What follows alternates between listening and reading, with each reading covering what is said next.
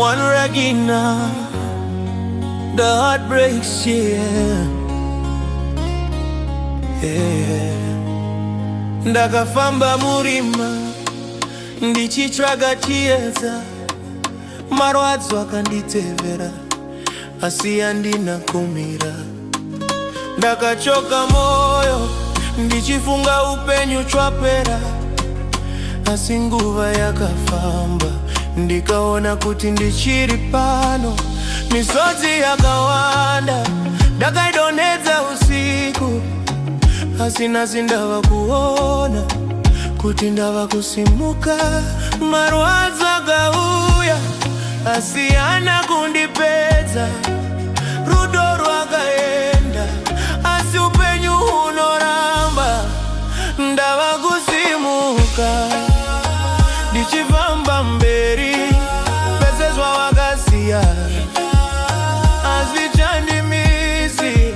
Ndava kusimuka, ndava munhu mutsva, rudo rwako rwakaenda asi ini ndichiri pano.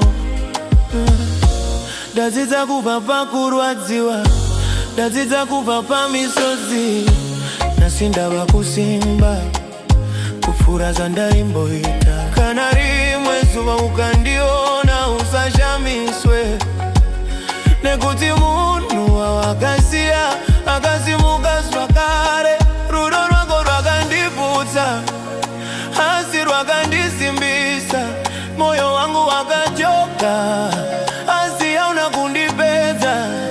Nhasi ndava kufamba ndisingatarisi shure, nekuti ramangwana rangu rakamirira mberi. Ndava kusimuka ndichifamba mberi, misodzi akapera.